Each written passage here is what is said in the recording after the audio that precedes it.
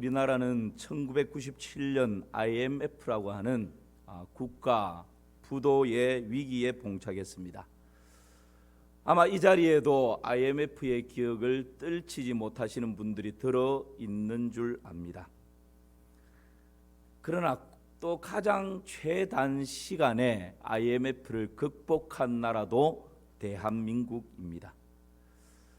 국가의 위기를 어떻게 이렇게 극복을 짧은 시간에 할 수 있었을까? 역사학자들이 여러 가지 이유들을 연구를 해봤다고 합니다. 그 근간에는 금을 다 빼서 이렇게 내어놓는 애국심이라든지 여러 가지가 있을 수 있었지만 그 이유들 중에 저의 시선을 끄는 것은 기업이 부도가 나고 신용이 깨어지는 가운데 가정이 탄탄하게 뒷받침하고 있었다라는 이유였습니다. 여러분 기억하시죠? 그 IMF 때에 아빠 힘내세요 우리가 있잖아요. 아빠 힘내세요 우리가 있어요. 예, 성경적으로 아멘입니다. 이 짧은 노래 가사가 97년이면 얼마나 많은 세월이 지났습니까? 아직도 우리 내리에 남아있는 이유가 뭡니까? 국가적으로, 가정적으로, 기업적으로 정말 부도의 위기에 내몰렸는데 가장 기초단위, 사회를 구성하는 가장 기초단위, 국가를 형성하는 가장 기본적인 단위, 가정이 탄탄하게 뒷받침하고 있으니까 자녀들이 부도 위기에, 자살 위기에 몰려있는 아빠를 향해서 응원의 박수를 보내고 아빠 힘내라고, 그렇게 가정이 탄탄하니까 이 위기를, 국가적인 위기를 그래도 가장 짧은 시간에 극복할 수 있었다라고 하는 연구 발표들을 하는 것을 보게 됩니다. 여러분 그렇습니다. 가정이라고 하는 것은 하나님께서 세우신 공동체의 가장 기초적인 단위입니다. 아무리 비바람이 몰아치고 태풍이 몰아쳐도 가정이 탄탄하게, 가족애가 끈끈하게 그렇게 결속되어져 있으면 우리 가정 가운데, 우리 사회 가운데 어떤 고난의 태풍이 불어온다 할지라도 든든히 지켜나갈 수가 있고 극복해 나갈 수가 있음을 믿습니다. 가정이 중요합니다. 오늘 읽은 우리 본문을 들여다보면 여러분 지금 베드로전서 계속 말씀을 묵상하고 있지 않습니까? 이 베드로전서의 수신자들은 흩어진 나그네들입니다. 흩어진 그곳 가운데서 끊임없는 고난과 환난을 맞닥뜨리고 있습니다. 그런데 오늘 본문에 보니까 그런 가운데에서도 불신 남편을 둔 그리스도인 아내들이 있었다는 것입니다. 이 아내들이 불신 남편을 두고 어떻게 가정생활을 꾸려나가야 할 것인가, 거기에 대한 메시지가 오늘 우리가 읽은 본문의 메시지입니다. 오늘날도 마찬가지입니다. 그리스도인이 되었지만 어떻게 가정을 행복하게 꾸려갈 것인가, 이것은 그리스도인이 된 것하고 가정을 행복하게 꾸려가는 것하고는 또 다른 개념이에요. 그리스도인이 되었다고 자동적으로 가정을 행복하게 잘 꾸려갈 수 있다라는 것은 아닙니다. 그렇다면 이 성경에서는 여러 가지들 우리에게 말씀하시고 교훈하시는데 특별히 오늘 이 본문에서는 불신 남편을 둔 아내들에게 어떻게 이 고난의 시간을 지나면서 가정을 행복하게 꾸려가고 불신 남편에게 어떻게 대해야 하는가 하는 것을 우리에게 말씀하고 있는데요. 첫 번째로는 순종해야 한다, 그렇게 말씀합니다. 여러분 오늘 1절 말씀을 같이 보실까요? 함께 읽습니다. 아내들아 이와 같이 남편에게 순종하라. 이는 혹 말씀을 순종하지 않는 자라도 말로 말미암지 않고 그 아내의 행실로 말미암아 구원을 받게 하려 함이니. 앞부분입니다. 불신 남편을 둔 아내들에게 지금 사도 베드로는 직설적으로 표현합니다. 아내들아 이와 같이 남편에게 뭐하라고요? 순종하라. 순종하라. 비록 내 가정에 불신 남편이 있다 할지라도 죄를 짓게 만든다든지 하나님의 말씀을 어기도록 만드는 그런 일 외에는 그 불신 남편에게 어떻게 하라고요? 순종하라. 여러분, 우리 교회 안에도 불신 남편을 두고 남편의 구원을 위해서 부단히 기도하는 분들이 참 많습니다. 신방을 가든지 만나서 이야기를 들어보면 이런 이야기들을 합니다. 남편이 토요일 되면 술 진딱 먹고 들어와가지고 오전 내 그냥 늦잠 잔다는 거예요. 그리고 아내가 이제 교회 오려고 조용히 하면서 화장하고 옷 입고 나오려고 하면 어떻게 알고 깨어나가지고 교회 오려고 하는 아내에게 밥 차려놔라고 그렇게 하면서 교회 가는 걸 방해한다는 거예요. 또 어떤 남편은 그냥 늦게 자다가 교회 오려고 하면 평소에는 안 하던 짓을 오늘 우리 아이들하고 놀러 나가자고 이제 교회 가는 거 막는 거죠. 방해하는 거죠. 그렇게 하는 남편들이 실제 지금 우리 교회 안에도 있다는 것입니다. 어떤 새로 오신 그 새가족 얼마 되지 않은 분들 얘기 들어보니까 남편이 주일 오전에 토요일 날 밤늦게 그냥 막 술 마시고 이렇게 들어오기도 하고 해서 토요일 오전 내에 늦잠 잔대요. 근데 그것이 이 교회에 출석하는 예배에 참석하는 부인에게는 얼마나 고마운지 모른다고. 교회 오는 것도 모르고 그냥 코 드렁드렁 굴면서 자고 예배 마치고 집에 가도 여전히 드렁드렁 하고 자고 있다는 거예요. 아내가 어디에 갔다 왔는지도 모르는 거예요. 그렇게 그냥 방해 안 하는 것만으로도 이 아내는 너무 고마웠다고. 여러분, 부부가 그냥 같이 신앙생활 하는 분들 그런 거 잘 모르죠. 한번 교회에 오기 위해서 얼마나 가슴 조이면서 남편 한 번 반대해버리면 못 가니까 예배 참석 못 하니까 사모하는 마음은 있는데 방해받으니까 참석 못 하니까 남편 비 맞추어 가면서 짜증 낼 일이 있어도 그냥 삼켜가면서 혹이라도 짜증 한 번 내면 교회 다니는 여자가 마누라가 그냥 그러니까 내가 교회 안 가지 이러면서 그냥 쏴붙이죠. 뉴스에 뭐 기독교에 대해서 좀 부정적인 뉴스만 나와도 저것 봐라 하면서 구박을 하고 핀잔을 주죠. 여러분, 불신 남편을 두고 있는 아내들의 고충이 이만저만이 아니지 않습니까? 지금 이때 당시에도 그런 아내들이 많았다라는 거예요. 그런데 오늘 사도 베드로는 그런 아내들을 향해서 불신 남편을 둔 이 아내들을 향해서 이와 같이 순종하라고, 남편에게 순종하라고. 여러분, 이 순종이라고 하는 말의 의미가 뭡니까? 아래에 나를 둔다라는 의미입니다. 여러분, 만약에 아내가 남편 위에 군림을 하게 되면 결코 순종할 수 없습니다. 남편 아래에 나 자신을 둘 때 그때 남편에게 순종할 수가 있는 것이죠. 그렇다고 이것이 어떤 남성 우월함을 강조한다든지 여성의 열등감을 말하는 것은 아닙니다. 갈라디아서 3장 28절에 보면 이렇게 말씀합니다. 함께 읽습니다. 너희는 유대인이나 헬라인이나 종이나 자유인이나 남자나 여자나 다 그리스도 예수 안에서 하나이니라. 그리스도 예수 안에서 남자나 여자나 종이나 주인이나 헬라인이나 유대인이나 다 어떻다고요? 동등하다는 말이에요. 하나라는 말은 다 동등하다라는 말입니다. 차별이 없다라는 말이에요. 그런데 오늘 아내들에게 순종하라, 남편의 아래에 머물러라, 왜 이렇게 말씀하고 있는 것입니까?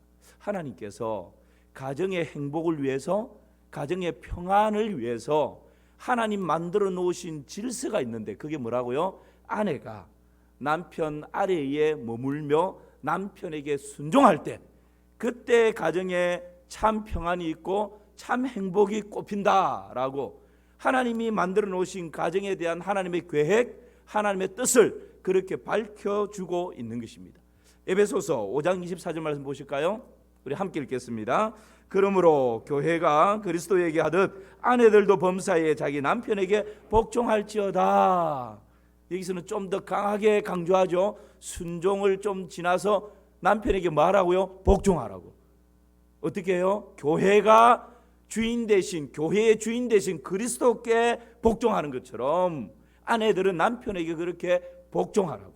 이것이 하나님이 가정이라고 하는 최소 단위를 만드시고 그 가정을 하나님의 뜻 가운데서, 섭리 가운데서 행복과 평안 가운데 지탱하는 하나님의 원리다라는 거예요. 그래서 아내들은 가정에서 남편에게 순종하라 그렇게 말씀하고 있습니다. 이런 순종이 우리 마산 3일교회 모든 아내들, 예비 아내들에게도 있게 되기를 주님의 이름으로 축복합니다. 별로 아멘이 자신이 없는 것 같습니다. 근데 오늘 1절 말씀 보면 순종하는데 이와 같이 순종하래요. 1절 말씀 다시 보실래요? 1절 띄워주십시오. 아내들아 어떻게 해요? 이와 같이 남편에게 순종하라. 이와 같이는 어떤 것일까요? 이와 같이 순종하라. 이와 같이는 3장 우리가 오늘 1절부터 읽었는데 2장에서 말했던 것 같이 이 말입니다. 2장에서 뭘 말했습니까? 고난의 때를 지날 때에 한 분을 모델로 소개해 주면서 고난을 너끈히 이길 수 있는 길을 한 분을 소개해 주면서 이렇게 하면 고난을 이긴다 말씀했습니다. 그분이 누굽니까? 예수 그리스도. 우리 주 예수 그리스도께서 억울한 고난을 당하셨지 않습니까? 예수님은 예수님의 죄 때문에 고난을 당한 것이 아닙니다. 우리의 죄를 대신 짊어지시고 고난을 당하셨습니다. 그리고 애매한 고난을 당하셨습니다. 그럼에도 불구하고 우리 예수님은 나 자신의 죄 때문이 아니라 억울한 누명을 쓰고 그 죄값을 치르면서 고난을 당하시고 십자가에서 죽기까지 하시는데, 그럼에도 불구하고 십자가에서 죽으면서 하나님의 뜻에 절대적으로 순복하셨습니다. 이와 같이 남편에게 순종하라. 이 말씀은 우리 예수님이 우리의 죄를 대신해서 억울한 누명을 쓰고 그 고난의 길을 가시고 십자가에 죽는 자리에 이르면서까지 하나님의 뜻에 절대적으로 순종한 것처럼 이와 같이 너희도 남편에게 어떻게 하라고요? 순종하라 말씀합니다. 여러분 지금 설교를 듣고 있는 아내들의 마음이 무겁게 느껴진다는 것 제가 느낍니다. 그러나 이것은 누구의 말씀입니까? 하나님의 말씀이에요. 이와 같이 순종하는 것이 쉽지 않을 수 있습니다. 그 남편이 기본적인 존중이 있어야 그래도 순종할 마음이 생기죠, 목사님. 그런 인간에게 어떻게 순종하라 말씀하십니까? 라고 마음이 불편할 수 있습니다. 그러나 이것이 여러분 우리의 힘과 우리의 능으로 되는 것이 아니지 않습니까? 그래서 우리가 하나님을 의지하는 것입니다. 불신 남편이라 할지라도 나를 그 불신 남편 위에 두고 남편을 통제하고 지시하고 명령하고 조종하려고 하는 것이 아니라 남편 아래에 머물면서 그 남편을 순종하고 잘 섬겨 나갈 때 거기에 하나님께서 만들어 놓으신, 가정을 통해서 만들어 놓으신 하나님의 나라가 이루어지게 되는 것입니다. 하나님의 법도예요. 하나님의 원리예요. 여러분 남편을 이겨먹으면서 남편 위에 군림하고 남편을 통제하고 남편을 지시하고 명령하고 다스리고 진짜 행복하던가요? 아니에요. 그 순간에는 내 자존심이 살아나는 것 같고 그 순간에는 좀 속이 시원한 것 같은데 궁극적인 행복은 그런 여인에게는 없습니다. 하나님이 그렇게 만들어 놓지 않았어요. 내가 좀 자존심이 상해도 좀 속이 썰어도 마음이 좀 답답해도 예수님 당하셨던 것처럼 진짜 억울한데 나 잘못한 거 없는데 구박을 당해도 견디고 참고 주님 말씀하셨으니까 남편 아래에 내가 머물기를 각오하고 그렇게 순복하고 나아갈 때 하늘의 위로가 충만해지고 그 순종의 걸음걸음을 걷고 나아갈 때 거기에 하나님께서 아름다운 행복의 꽃을 피우게 하는 것입니다. 이 은혜를 맛보아 알아가는 복이 있기를 주님의 이름으로 축원합니다. 사업이 어려워진 김 사장은 집에 가면 아내에게 신경질을 내고 그냥 분노를 폭발시켰습니다. 그런데 이상하게도 이 아내가 한 번도 화를 내지 않는 거예요. 그 미소를 지으면서 그 남편의 짜증과 분노와 그냥 신경질을 다 받아줍니다. 한 번은 이 남편이 아내에 대한 고마운 마음 반, 그리고 이런 아내가 아닌데 라고 하는 반신반의하는 마음 반, 그것 가지고, 그런 마음을 가지고 아내에게 묻습니다. 당신은 내가 싸움을 걸어도 한 번도 화를 내거나 같이 맞대응을 하지 않고 오히려 다 받아주는데 어떻게 하면 그렇게 할 수 있냐고. 그러니까 아내가, 나는 화가 날 때마다 화장실 변기를 열심히 닦는다고. 그러니까 남편이, 아니 화나는데 변기 닦는다고 그 뭐 화가 사라지냐고. 그랬더니만 아내가, 아이고 그럼요, 나는 변기 닦으면 엄청 도움이 돼요. 화가 날 때 열심히 변기를 닦으면 모든 화가 다 사라져요. 왜냐하면 당신 칫솔로 닦거든요. 이러는 거예요. 여러분, 부부싸움 하고 나서 남편들은 칫솔을 잘 살펴봐야 됩니다. 여러분, 이게 남자든 여자든 기본적인 마음의 욕망이거든요. 남편에게 당하면 보복하고 싶어요. 남편들도 마찬가지입니다. 아내 바바가지 빡빡 걸고 그냥 속을 히떡 뒤집어 놓으면 어떤 모양으로든지 막 복수하고 싶은 마음. 이게 여러분 우리 모두의 마음에 다 녹아 있는 마음 아닙니까? 그런데 오늘 말씀에서는 뭐라고 말씀하십니까? 이와 같이 누구를 생각하라고요? 예수님 생각하라고. 예수님 우리 때문에 죄 없으신 분이에요. 나 때문에 그 억울한 누명 다 뒤집어 쓰고 골고다 언덕길 올라가셨어요. 예수님 나 때문에 죽으실 필요 없는 분이에요. 나 때문에 십자가에서 살과 피를 다 쏟고 찢으시면서 목숨을 내어주셨어요. 왜? 하나님의 뜻이니까. 그 하나님의 뜻에 예수님 그렇게 순종하시는 거예요. 여러분, 이와 같이 남편에게 순종하라. 예수님을 묵상하지 않고 예수님을 바라보지 않으면 내 힘과 내 지혜와 내 인격 가지고는 순종 못해요. 기분 좋을 때 좀 순종하다가도 수틀리면 보복하고 싶은 거, 복수하고 싶은 것이 우리의 마음이지 않습니까?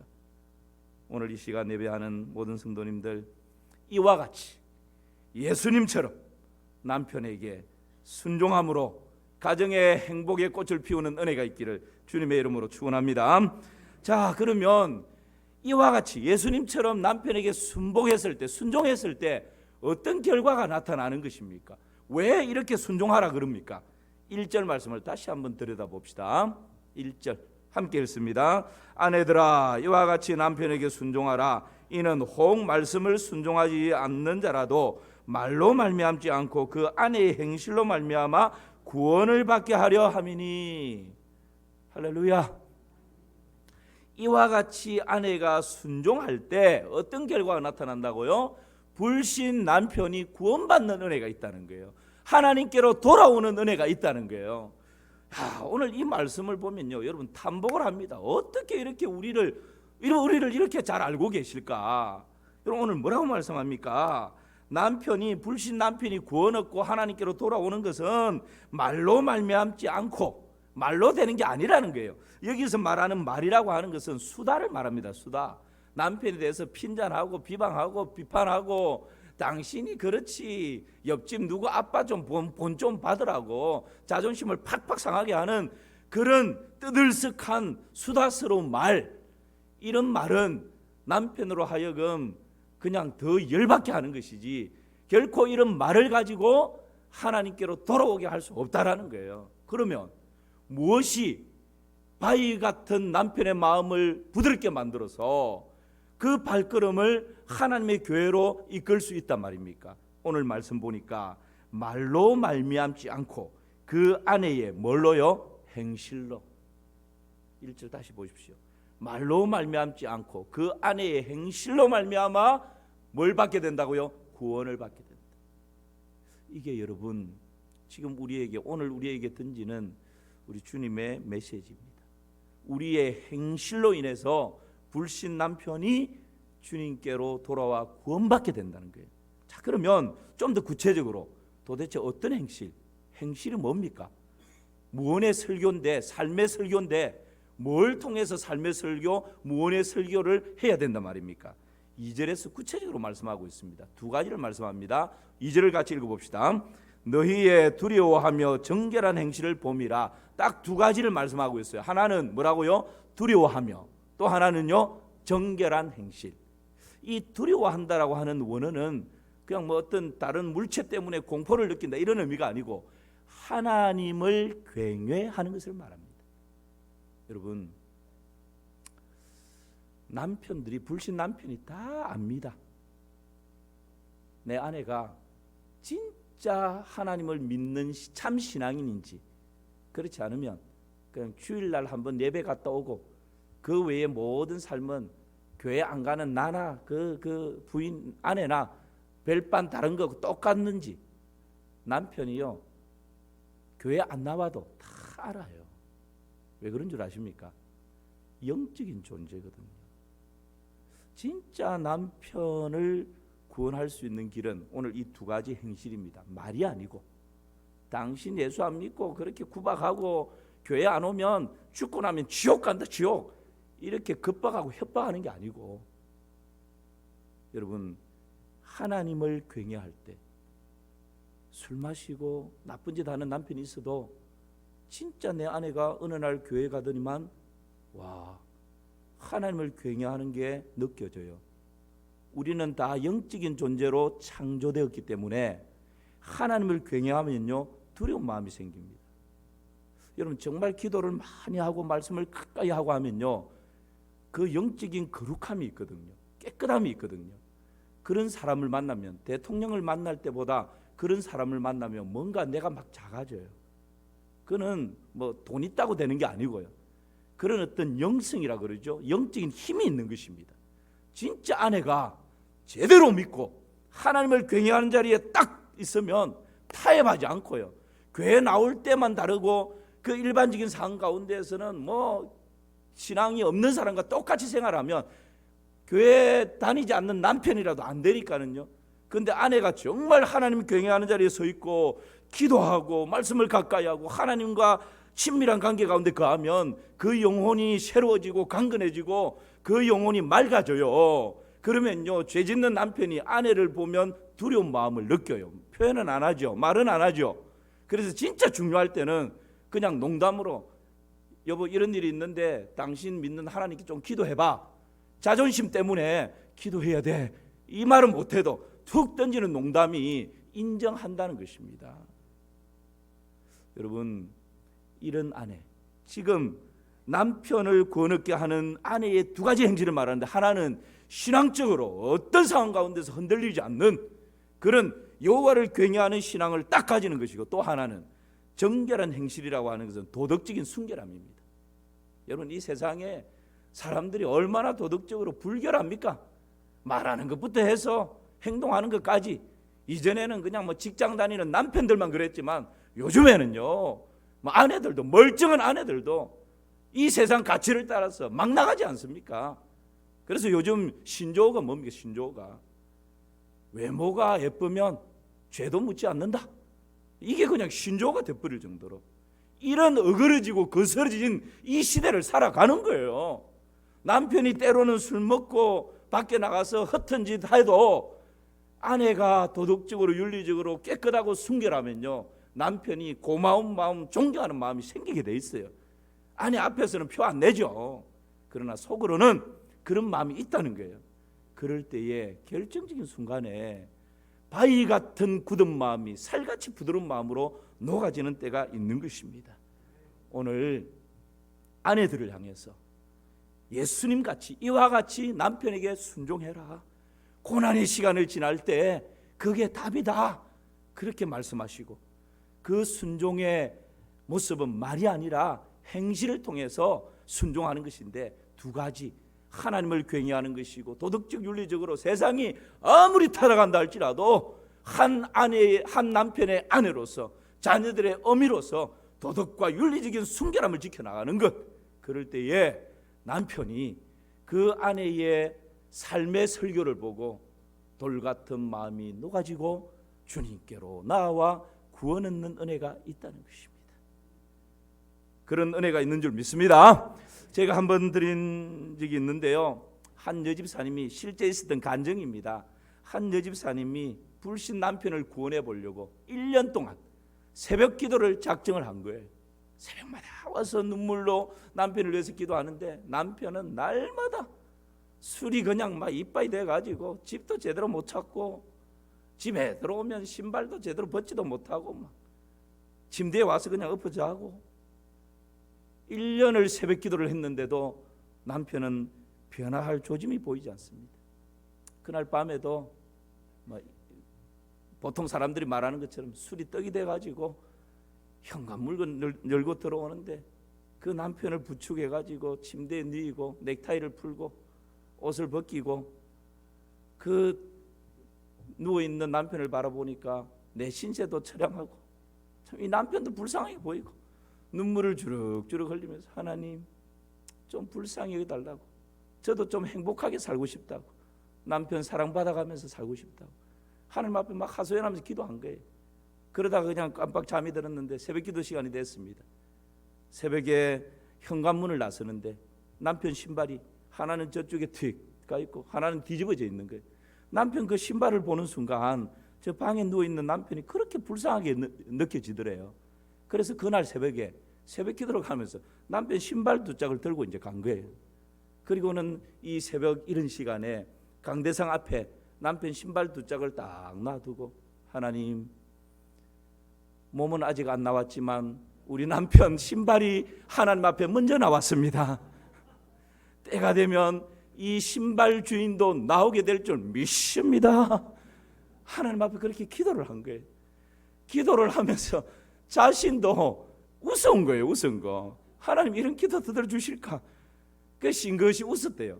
그런데 그 순간에 뭔가 이렇게 싹 스쳐 지나가는데 그런 자신을 바라보면서 하나님도 싱긋이 웃고 계시더래요. 그리고 그날 집에 와서는 남편에게 여보, 내가 오늘 새벽 사실은 당신 신발을 가지고 교회 가서 이런 기도를 드렸는데 하나님이 싱긋이 웃고 계시는 그런 모습이 보이더라고. 남편에게 있는 그대로 이야기를 해준 거예요. 그랬더니 남편이 미쳐도 단단히 미쳤구만 또 구박을 하는 거예요. 그 다음 주일이 됐습니다. 남편이 외출을 한다고 빨리 씻고 옷을 입고 구두를 신고 그러면서 외출을 한다고. 어디 가냐고. 오늘부터 당신하고 교회 가기로 작정했다고. 야, 이 아내가 기절할 뻔했다는 거예요.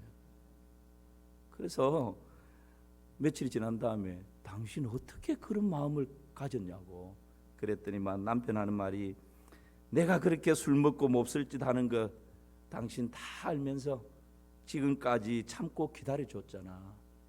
나도 인간인데 왜 그걸 모르겠어.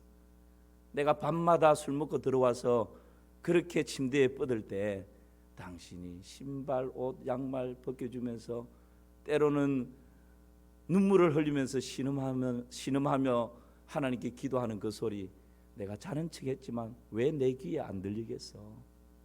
그런 당신이 참 기다려줘서 너무 고맙다는 생각이 들었다고. 그래서 당신 평생 소원이 남편하고 같이 교회 가는 건데 그 소원 못 들어준다면 진짜 얘는 인간도 아니지 않냐고. 그래서 오늘부터는 인간 되기로 했다고. 그러면서 여러분 아내하고 교회에 출석했다는 거예요. 믿음의 순종이 바위 같은 남편의 마음도 녹여내는 은혜가 있는 줄 믿습니다. 말씀이 하나님 그렇게 하시라. 그렇게 우리에게 하라고. 여러분 그렇다면 순종의 방법은 무엇입니까? 우리가 순종하고 싶어요. 오늘 설교 들으면서도 목사님 어째 내가 또 남편한테 바락바락 달라드는 거 알고 오늘 또 이렇게 막 또 말씀으로 때리는가 혹 이제 그런 분도 계실 수 있어요. 여러분 우리가 다 순종하고 싶죠. 그렇게 하고 싶죠. 그런데 현실로 딱 부닥치면 그 인간하고 마주치면 이게 이제 좀 잘 안 되잖아요. 안 되잖아요. 그게 우리의 이 이제 갈등이고 아픔이지 않습니까? 이론적으로는 아는데 맞닥뜨리면 이게 아는 게 작용하는 게 아니고 내 지금까지 가지고 있었던 이제 습관이 그냥 막 나타나는 거죠.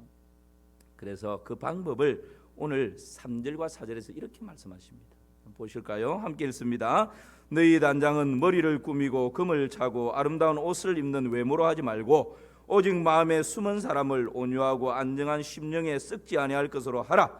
이는 하나님 앞에 값진 것이니라. 무슨 말씀입니까? 이때 당시는 특별히 로마 시민권을 가진 사람은 부유하고 권력이 있습니다. 여러분 요즘도 마찬가지죠.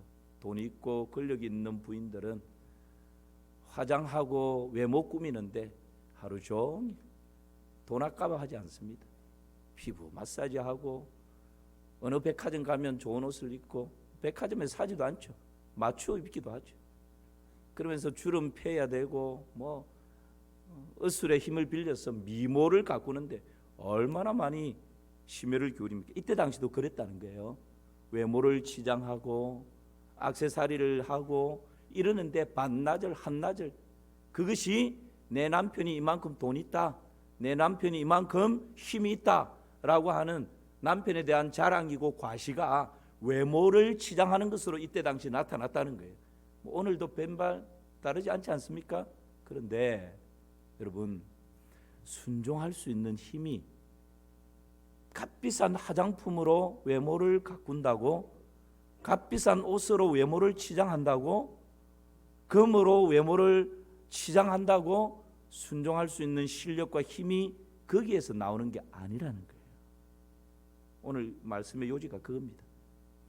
외모를 단장하는 것에서 순종의 힘이 나오는 게 아니라는 거예요.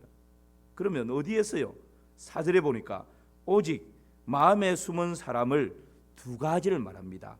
온유하고 안정한 심령에 썩지 아니할 것으로, 그렇게 내면을 단장하는 거예요.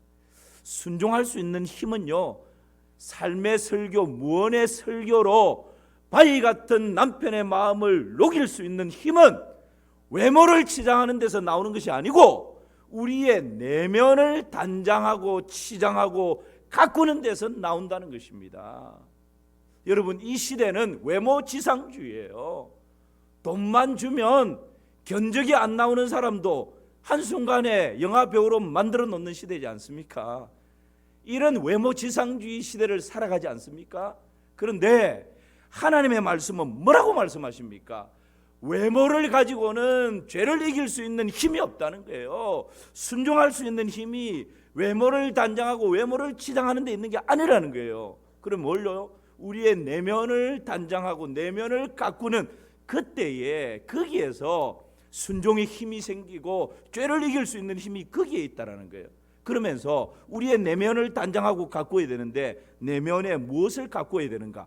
두 가지를 말씀합니다. 4절에 보니까 하나는 온유함이고요, 하나는 안정함입니다. 안정함.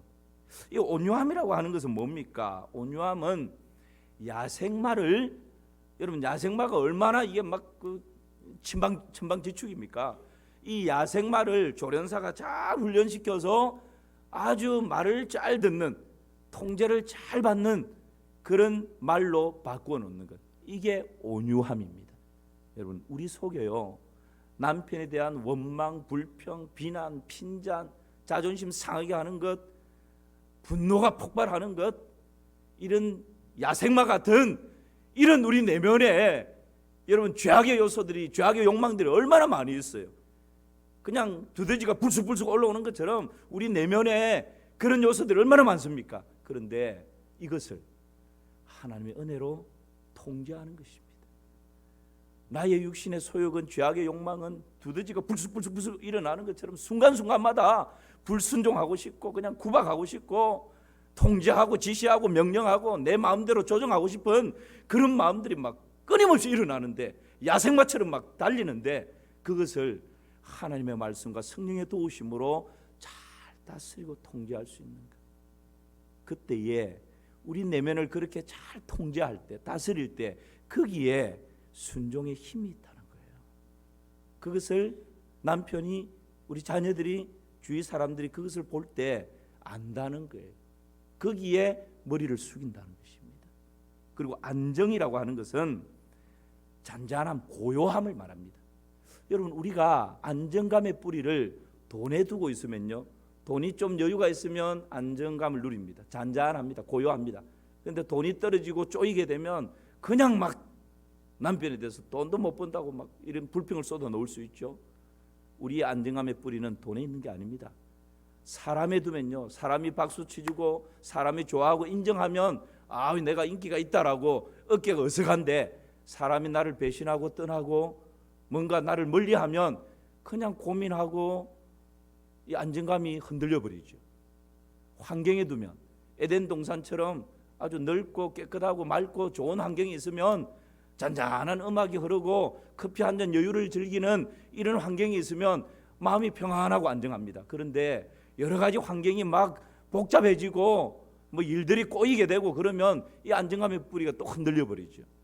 이 안정이라고 하는 것은 우리 인생의 안정감의 뿌리를 돈에 두는 것도 아니고 사람에 두는 것도 아니고 환경에 두는 것도 아니고 살아계신 하나님께 뿌리를 깊이 내리는 거예요. 그래서 물가에 심기운 나무가 가뭄이 올지라도 흔들리지 않는 거예요. 태풍이 분다 할지라도 그 뿌리가 하나님께 딱 내려져 있기 때문에 흔들리지 않는 거예요. 이것이 바로 안정입니다. 여러분, 순종할 수 있는 힘과 실력은 어디에 있다고요? 아무리 외모를 갖고도 거기에 있는 게 아니라는 거예요.